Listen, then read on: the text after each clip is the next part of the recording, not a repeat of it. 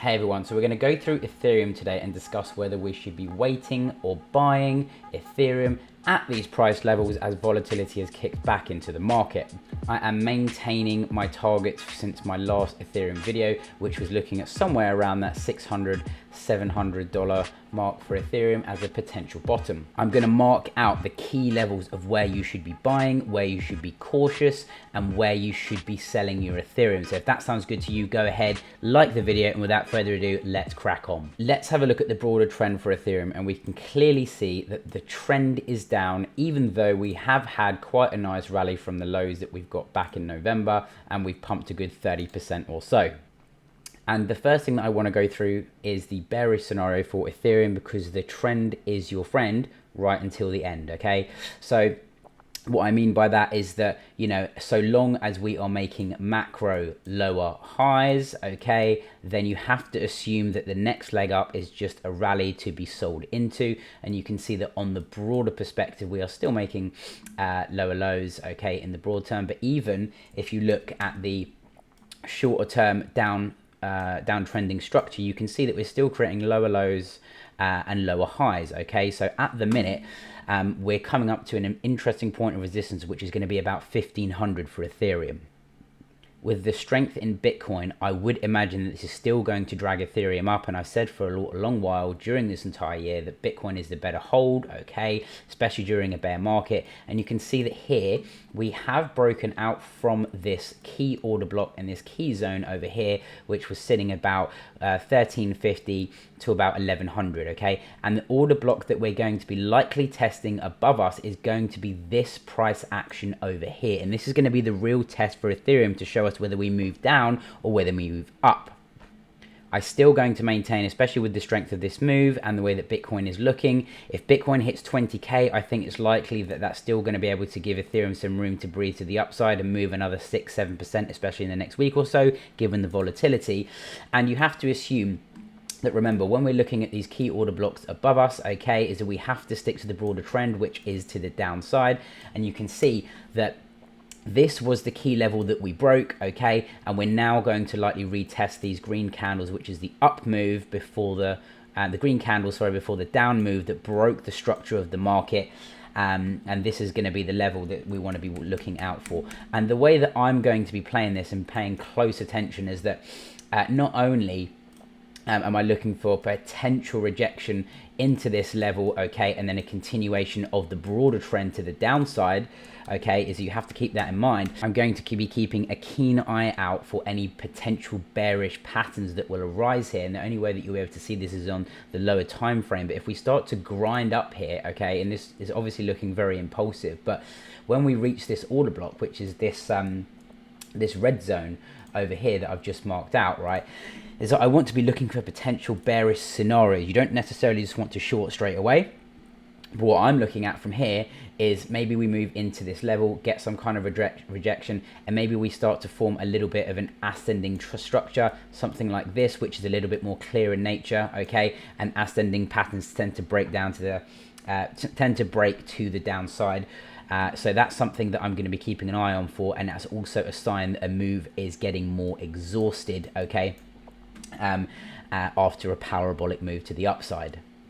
Other structures that I'll be looking for, it might be a push down here, okay, into this 1480, 1500 level, maybe a slight pullback, and maybe we look for some sort of head and shoulders, maybe some sort of deviation, swing failure pattern. So these are things that I'm going to be looking out for, which may potentially result in a structure or a pattern, which could lead Ethereum to retest some of these lower lows.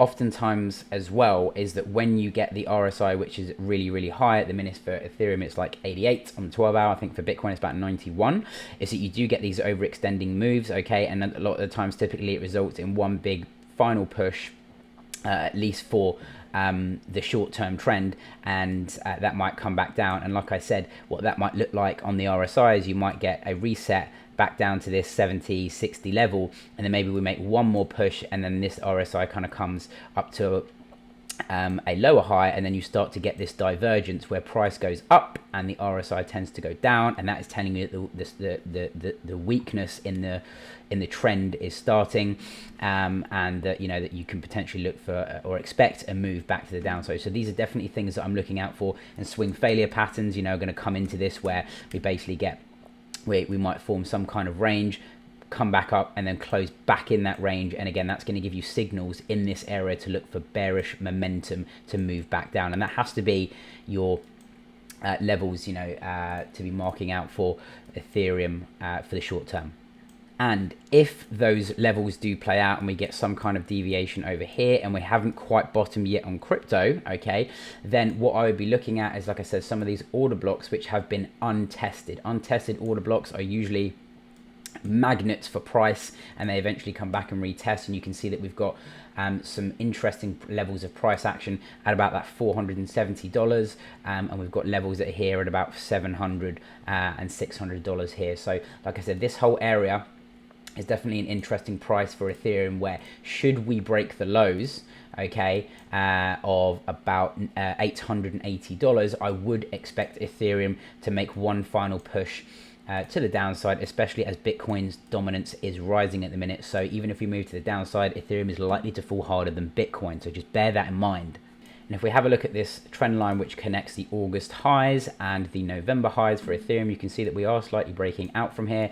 But I would still anticipate that even if we break this trend line, okay, we still have this area of price action, which is more important and precedes the trend line in terms of priority and importance, and we're still likely to get some kind of deviation and can close back in. So I don't think the trend line is a very important indicator here if we break it, which is going to give us more assurances that we're going to move higher. The only way that I'm going to change my mind on Ethereum for the short term is that if we break this first key level at about 1600, then I will start to pay attention. If we can break above this level and hold it for a significant period of time, a week or two, and close in this level, then that's going to give us the indication that we're going to start taking out these highs. But until that happens, like I said, the trend has to be down, okay? And usually once we get a lot of green candles in a row and an impulsive move into a clear and defined order block, like I said, the trend is still going to be down. But if we see bullish structures and we're able to take out 1670, which I don't think will happen, that does open the door for this horizontal support resistance flip for over here at about 2500. So we'd need to come into this level, okay, take out this high, form some kind of support is what I'd look at, okay, and then potentially look for a move into here and reclaim this range. But we're so far away from here that I don't think this is worth talking about at the moment, okay? And last but not least, I have maintained that Ethereum BTC is still in some sort of distribution pattern, which looks like that to me. You can see these peaks which are getting sold off, okay?